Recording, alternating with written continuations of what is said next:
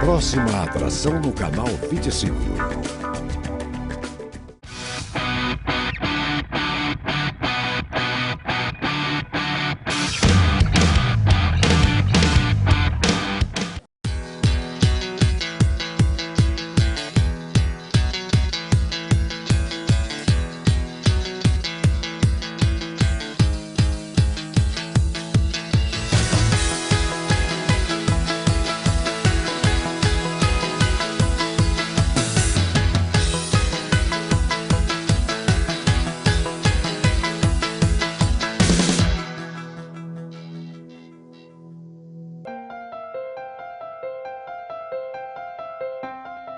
White Flow es mi proyecto donde correré el Camino de Santiago en 10 etapas. Serán 10 días donde haré 90 kilómetros diarios, un total de casi 900 kilómetros.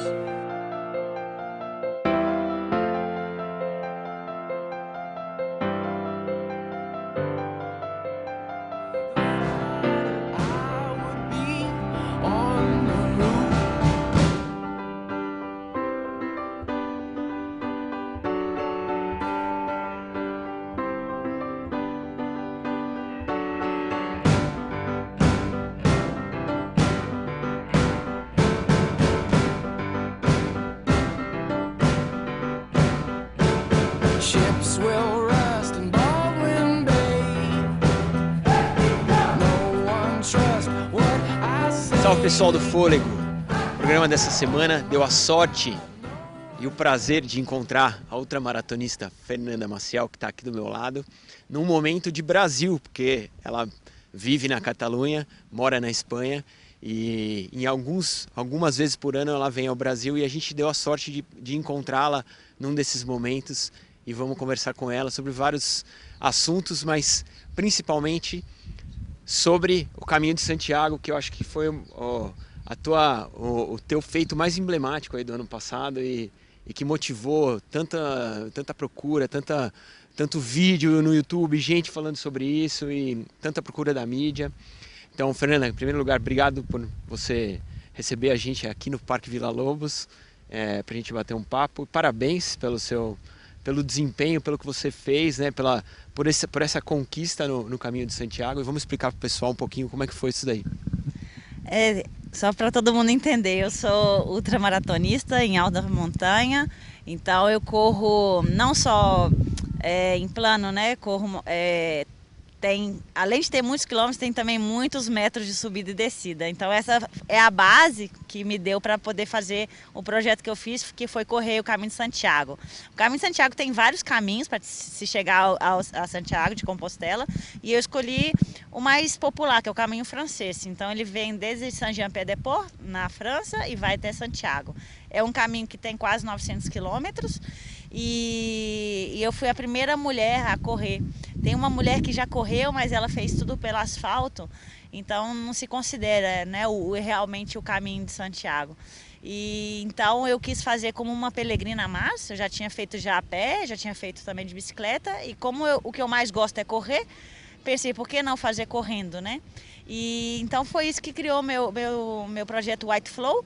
White Flow é um projeto que eu levo, né, em todo mundo, que tem sempre algum outro fim, não só correr, mas ou solidário ou também algum projeto de paz. Então esse projeto de Santiago foi um projeto solidário esportivo.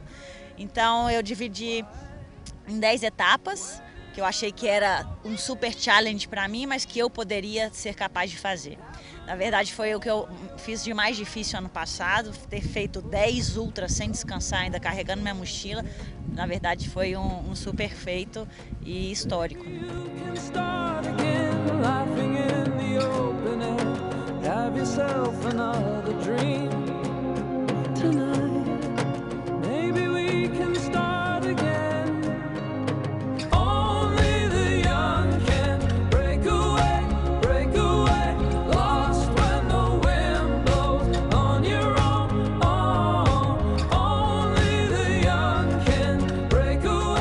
Deixa eu situar o pessoal de casa, assim, para o pessoal entender.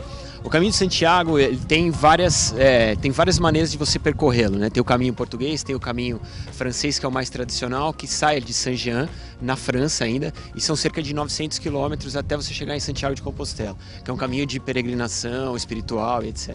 Muita gente faz esse caminho de bicicleta, outros fazem a pé, tem uma série de... 250.000 peregrinos por ano.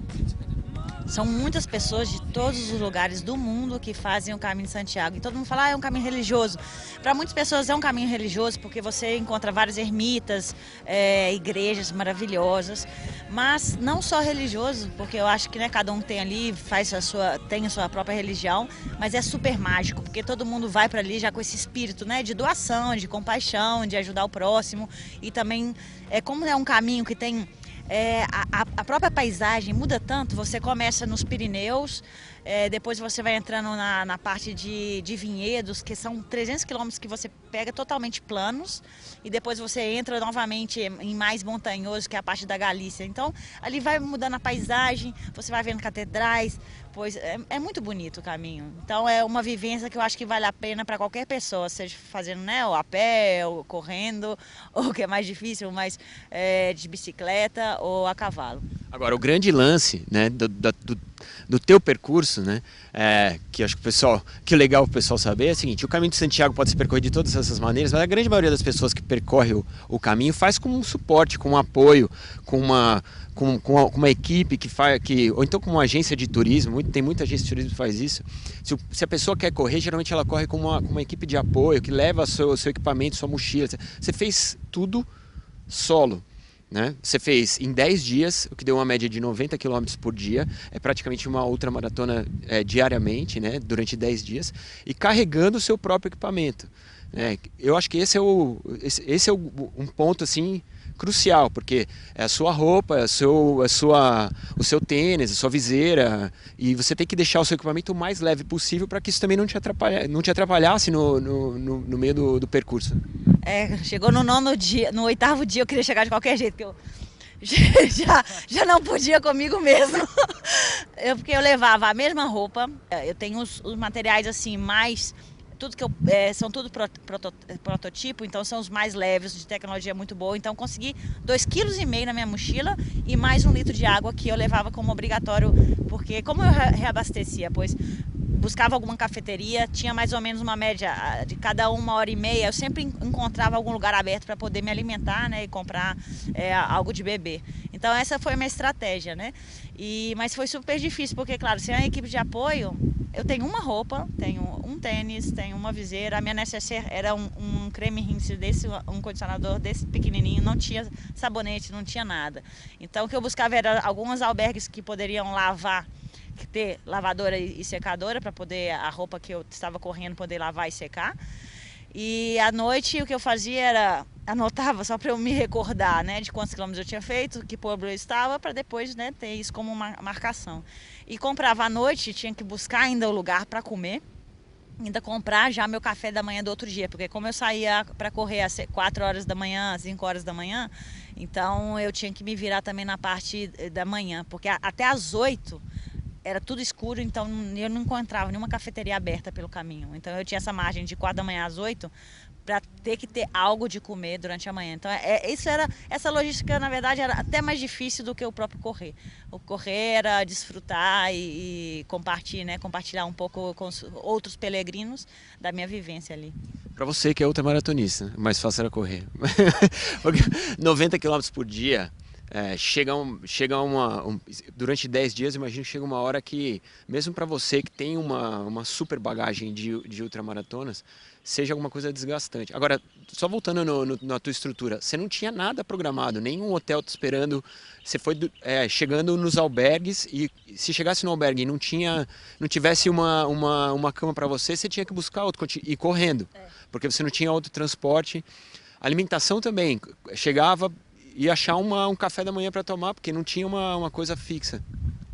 Eu passei 2 apertos, assim, enquanto isso dos albergues, porque os albergues, eles não aceitam reservas, então, para mim, eu tinha que correr, até encontrar um albergue aberto. E também na cafeteria a mesma coisa, eu lembro que eu cheguei em Carrión de los Condes, foi onde eu passei mais mal, que eu passei, sei lá, 3 horas sem encontrar nada aberto. Então eu cheguei ali, eu sentei e demorei acho que mais 40 minutos para pedir uma água, não tinha nem força para pedir água. Então essa foi o único ponto que eu tive assim, que foi mais difícil durante o caminho, mas o resto foi super ótimo, a marcação, não tive erro, ainda que à noite eu fazia muitos tramos, né? Sozinha ali à noite, era tudo com a marcação, eu conseguia me orientar.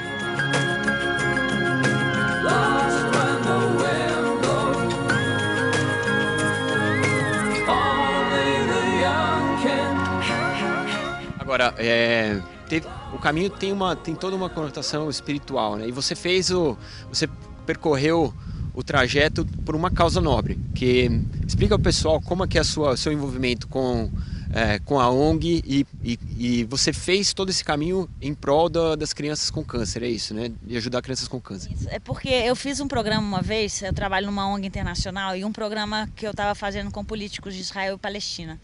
E no final do programa foi um programa muito intenso, né? Porque são pessoas muito especiais que, né, têm totalmente uma cultura diferente da nossa brasileira, que eu aprendi bastante. E no final foi tão intenso que a gente fez um compromisso de fazer algo, né, pela paz, pela solidariedade mundial. E juntou que eu estava com o meu massagista, tinha um filho que de 1 aninho estava com câncer, então eu vivenciei muito, sabe, toda essa tragédia, esse drama, né, que ele teve com o filho. Então isso tudo me chamou muita atenção, e foi junto também que eu fazia um trabalho também pelo Caminho de Santiago, pela própria ONG, e pensei, ai Fernanda, corre o Caminho de Santiago, você já fez a pé, de bicicleta, e tenta, né, ajudar as crianças. Quando eu morava no Brasil, eu já ajudava as crianças com câncer aqui, e na Espanha eu pensei, putz, é uma oportunidade de eu estar ajudando essas crianças, seja na Europa, seja no Brasil. Foi o que eu fiz, eu consegui doações para uma fundação em Barcelona, e também consegui dinheiro para fundações brasileiras. Agora, Fernanda, aqui no Brasil a gente tem uma dificuldade com o atletismo em geral, mas com a estrutura para a corrida de rua, né? Para esse tipo de... E até visibilidade para o esporte, que é um esporte que está ainda galgando o seu espaço dentro num país do futebol, né? A gente ainda está... Agora, na Espanha, imagino que que esse teu desafio tenha... Como é que foi a aceitação das pessoas? As pessoas entendiam o que você estava fazendo no meio do caminho? Tinha gente porque eu vi que muita gente te acompanhou em alguns trechos, né, da prova. A gente ia lá para, esse dia eu vou correr contigo, então vou te dar um apoio. Foi bacana porque deu muita mídia, desde o primeiro dia já tinham televisões já me filmando, acabou que no final eu entrava num bar, todo mundo já sabia quem era eu, e eu sem saber, né, como assim que as pessoas não sabendo que eu sou. Então deu bastante mídia, porque era um fato histórico, né, de ter uma pessoa ali correndo nesse caminho, mas nos primeiros dias eu não podia responder dentro do albergue de onde que eu estava vindo e para onde eu estava indo. Os peregrinos ficavam super assustados, me chamavam de louca. Quando eu saía correndo, os próprios nativos dos pueblos falavam, impossível, você é uma extraterrestre, não vai chegar nunca assim em Santiago. Eu escutei de tudo. De todas as partes pessimistas e positivas, eu escutei bastante coisas. Eu mesma tive que fazer um trabalho assim, mental, psicológico, emocional, antes do caminho, porque eu tive pela primeira vez, tive muito medo. Porque, claro, fazer 1000 quilômetros, né? Eu nunca tinha feito 1000 quilômetros correndo na minha vida antes. Então, acho que isso me assustava também e assusta, né, muitas pessoas, para saber se é possível você correr tantos quilômetros assim. Hold it close to your heart, let's just read.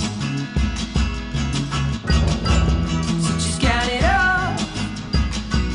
The worst is over, at worst we stand still through the night. Spin it back now into the hour. We want a nice clean pie, no blood, nobody when the end is near. Let's just be frank, just let it sit, be still.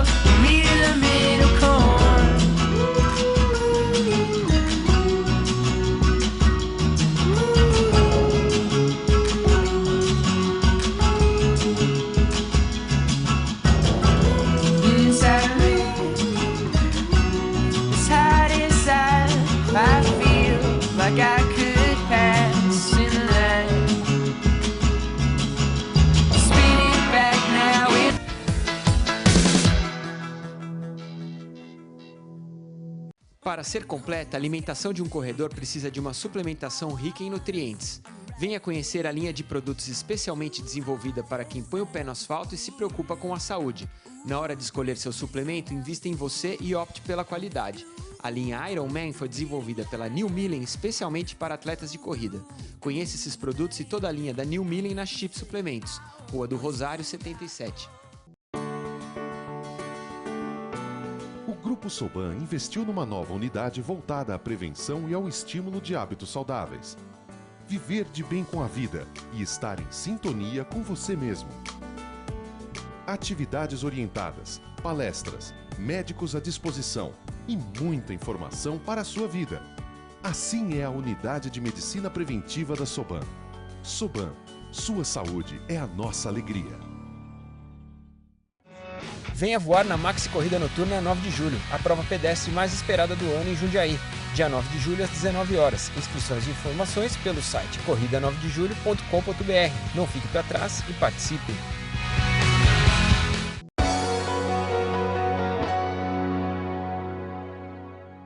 Mobilidade, estabilidade, força e coordenação. No Evolui Studio você tem acesso ao que há de mais moderno em avaliação funcional do movimento e treinamento funcional.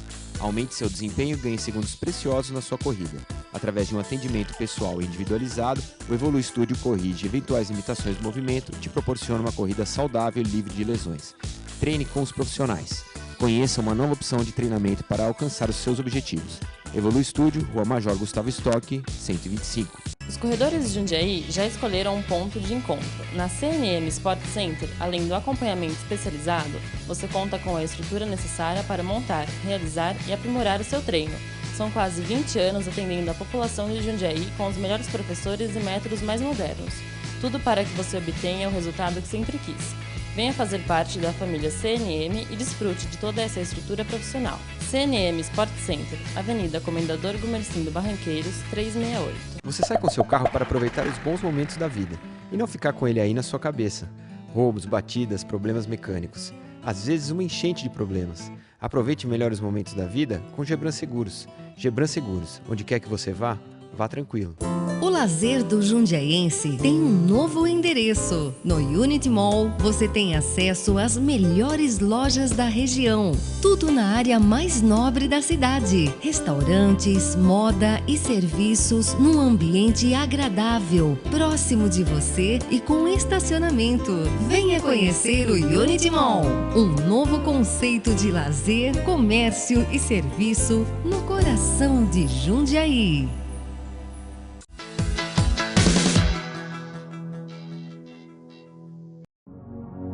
Look back in silence, the cradle of your whole life, there in the distance, losing its greatest prize. Nothing is easy, nothing is sacred. Why? Where did the bow break? It happened before your time. Bom, você tem uma super bagagem de ultramaratona, você corre provas de 150 quilômetros em altitude, que é uma coisa que também o ar é mais rarefeito, então você tem uma oxigenação menor, então você é uma pessoa bem preparada. Mas como é que foi o rebote dessa jornada aí? Todo dia 90 km, teve dia de 97, que eu acho que eu vi que foi o dia que sempre correu mais. E seguido, seu corpo sem tempo para recuperação. A minha base de treinamento já foi feita, né? Porque eu já faço as provas assim, né? As mais difíceis hoje a nível mundial em alta montanha, então isso dá uma bagagem muito forte. O que eu fiz antes de começar o caminho foi descansar das minhas provas no mês de setembro. Então eu descansei, fiz muitas horas de sono, pôs alimentação super equilibrada para justo começar o caminho bem forte. Então a minha estratégia foi começar os primeiros dias com 70, 80 quilômetros, porque o que eu tinha mais medo era do segundo dia. Eu sabia, se no segundo ou terceiro dia minhas pernas estavam bem, eu conseguia fazer o resto. Agora, só para explicar, pessoal, o segundo dia você ainda está nos Pirineus, né? Que é onde tem muita elevação. Então por isso que ali, por ter mais altitude, eu ter que subir mais, eu diminuí a quilometragem. E depois já eu comecei a fazer 95, 97, 89, então comecei a fazer já mais quilômetros, mesmo porque porque a meteorologia me dava 5 dias de sol, 5 de chuva. Eu sabia que eu seria incapaz de fazer 5 de chuva só com a roupa que eu portava. Então, a minha estratégia foi depois do terceiro dia, já que eu vi que minhas pernas estavam bem, não tinha nenhuma dor, não tive nenhuma dor nenhum dia, pois era fazer mais quilômetros depois. Então isso eu fui aumentando, tanto que no dia 9 eu já quase fiz no dia 9 todo o caminho completo. Mas acabou que não, eu falei, vou fazer relax e enjoy. Vou curtindo. Então acabou que no último dia sobrou pra mim 50 quilômetros. Só 50 quilômetros sobrou pela enjoy no final do percurso. Não, mas na verdade era isso. Também eu gostava, né? Foi um dia especial que eu podia correr, fazer super devagar e curtindo cada minuto ali da despedida dessa jornada, né, que eu fiz. And the sun will shine again. Are you looking for the sign? Or are you caught up in the line?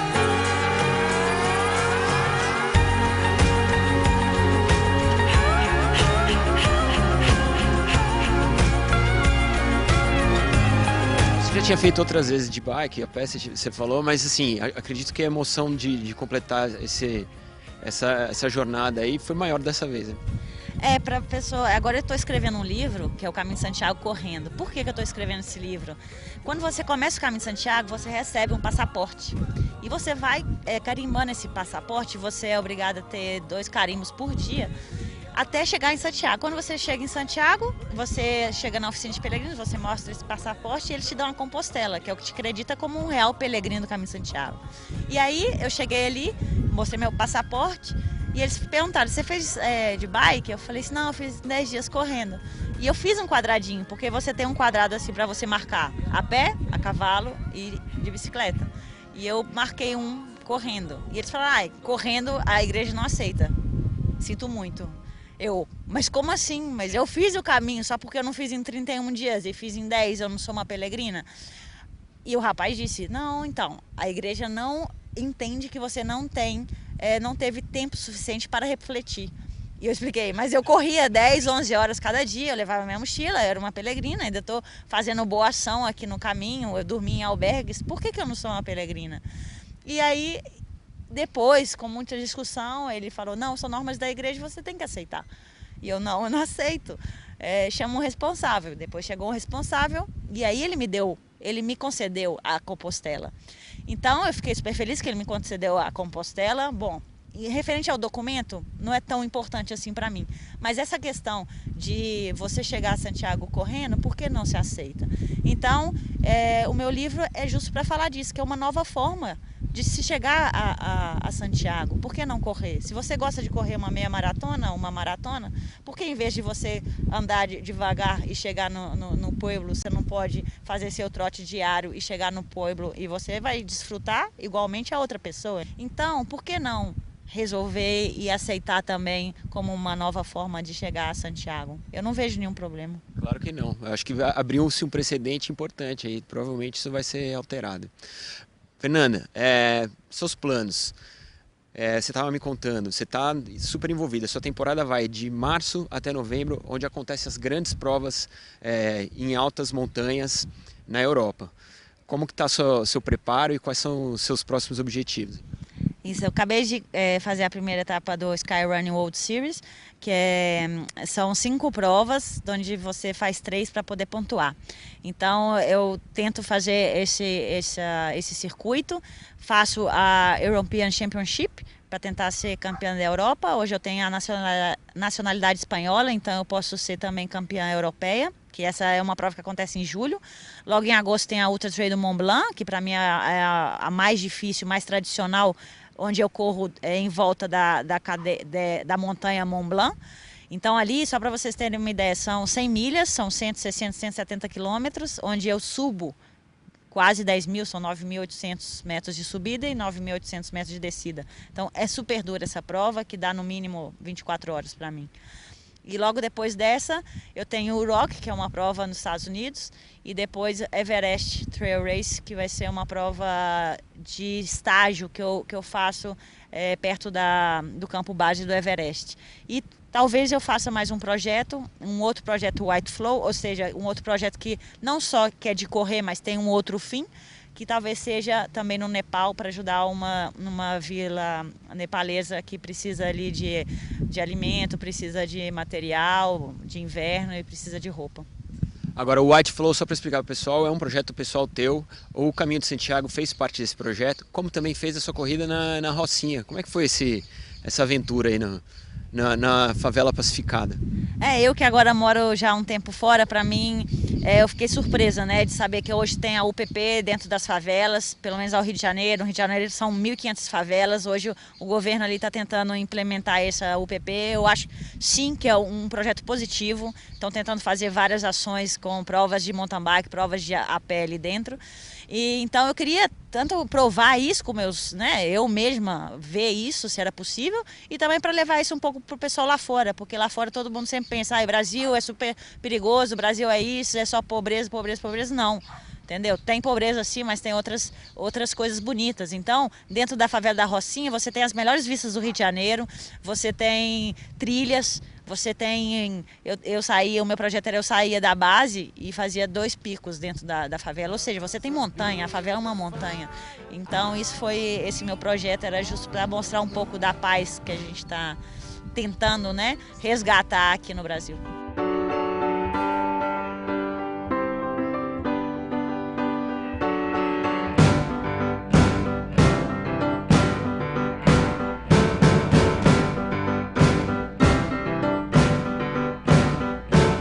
Ships will rust in Baldwin Bay. No one trusts what I say. Oh my God, no one paid. Overnight my hair turned gray. In the end it boils down to credibility. Só para o pessoal ambientar o teu treino, agora no meio do teu processo de treinamento, você tem uma prova que nem o Mont Blanc, que você já ganhou em 2009, que aliás é a única brasileira a faturar essa prova. Qual que é a tua rotina de treino? Você chega a treinar quantos quilômetros por semana? Qual é o teu volume de treinamento? Então, são mais ou menos 15 horas correndo por semana, mas não é bem assim. Tem semanas que são mais fortes, ou seja, que eu tenho que fazer treinos de 5 horas, 6 horas por montanha. Isso não quer dizer que eu fico correndo só 6 horas. Às vezes eu chego a caminhar, porque dependendo se está muito íngreme a montanha, eu caminho rápido, né? E faço também muitas horas de bicicleta, eu treino bastante speed, justo para acumular mais horas, né? Porque eu não corro todos os dias, porque senão seria muito impacto para minhas pernas. Fernanda, agora você, para todo esse processo de prova, você treina numa região de montanha, você mora nos Pirineus, né? Então isso faz parte do processo de treinamento também. Com certeza. Quando eu estou no Brasil, igual hoje eu tinha que treinar aqui em São Paulo 12 séries de 1 minuto e meio de subida. Eu não encontrei subida aqui. Então, para mim, isso é bem complicado. Então, eu morando nos Pirineus, sim que ajuda bastante.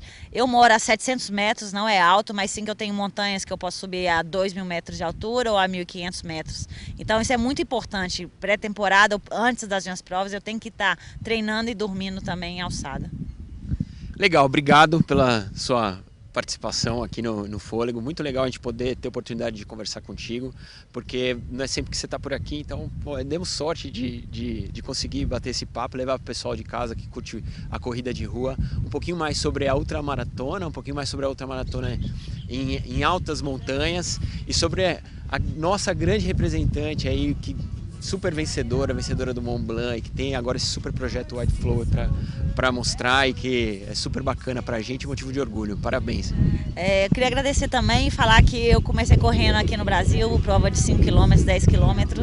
Só fui conhecer esse mundo de montanha em 2005 na Nova Zelândia, não existia no Brasil e hoje sim existe.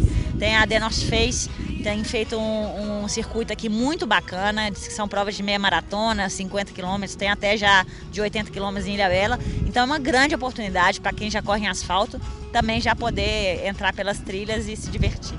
Tá vendo aí, ó, dica de quem manja muito do assunto. Tá a fim de fazer uma outra maratona? Agora no Brasil também tem. Legal, obrigado, Fernanda, valeu.